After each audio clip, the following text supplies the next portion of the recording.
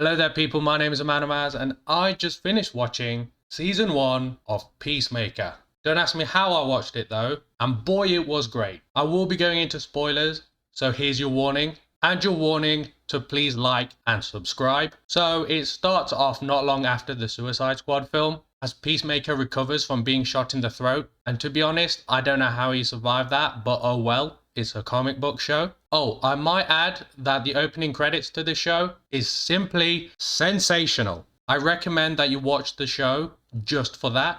Now, the plot of this season is pretty silly, much in line with the Suicide Squad though, where the action is very gory and brutal, while the humor can be very childish and immature. But I guess that's partly why I love this show. So Peacemaker and his team have to stop an alien invasion of butterflies while his Nazi dad is after him. I know. Sounds stupid, right? But it's silly and fun enough to enjoy it. It doesn't take itself seriously while still having serious moments, so it's not overbearing. And you get invested into the characters and see how they grow and develop together. Which brings me to John Cena. The guy is so good as Peacemaker. He wears the costume almost everywhere, on screen and off it. He's really good at doing slapstick and deadpan comedy. Like his character believes everything off the internet, like Superman has a shit fetish, or Aquaman fucking fish. Though, to be fair, I do think Aquaman would fuck one of those humanoid fish people from the movie. Anyway, back to Cena. I do think this was his best acting performance to date. He performs his comedic moments very well, and the serious moments that he does have, like when he looks back on accidentally killing his own brother.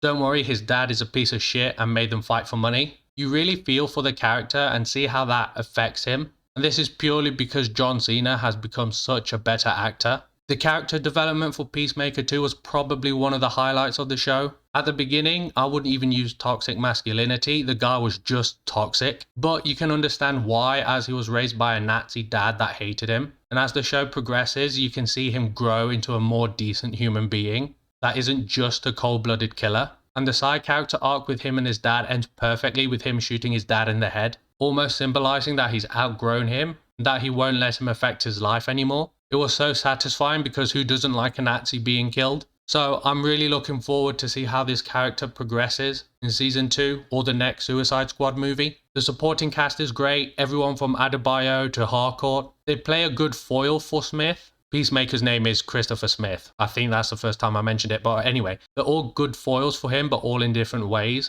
Like with Adebayo being Amanda Waller's daughter, they relate to not being their parents, and Harcourt almost being a romantic interest for him. And you also get attached to them, so when certain characters die, you can't help but feel a bit sad. Like when Detective Song died, I couldn't help but feel a little disappointed, if you know what I mean. But the one supporting character that stands out mainly is Vigilante. He's almost like a Deadpool light. Like, he doesn't break the fourth wall or anything, but he's very much a sociopath. The guy is willing to kill people over the smallest of crimes. He even said he would have killed Peacemaker for smoking weed when it was illegal. But saying all of that, he has somewhat of a sweet and dorky vibe about him. Like, his only friend is Peacemaker, and is jealous that Eagly, John Cena's pet eagle, is his best friend. The character was so much fun, and seeing those two on screen together really carried the show for me. Now onto the characters, or should I say character that I dislike. Not because they're poorly written, but because they're a white supremacist. White Dragon, his supervillain name, really pissed me off.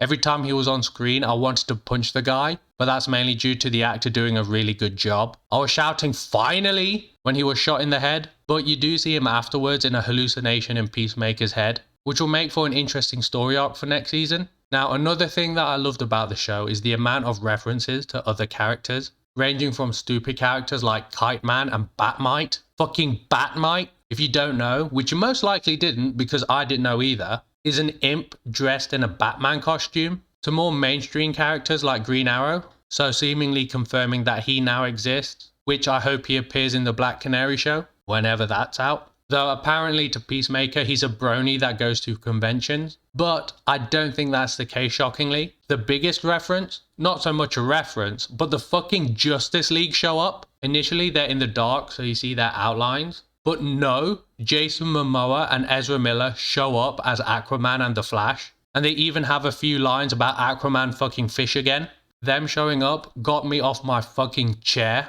And I hope the DC universe takes on more projects like this. Keep to the tone and have more crossovers like this. and if they carry on, they'll have bangers on their hand. So overall, if you haven't guessed by now, I've really liked the show and I couldn't recommend it enough. It's probably the best DCEU project so far, and I cannot wait for season 2. If I had to give it a rating, it would easily be a 9 or even a 10 out of 10. So I hope you liked my review. Please like and subscribe. I would greatly appreciate it if you did. And I shall see you next time, and peace.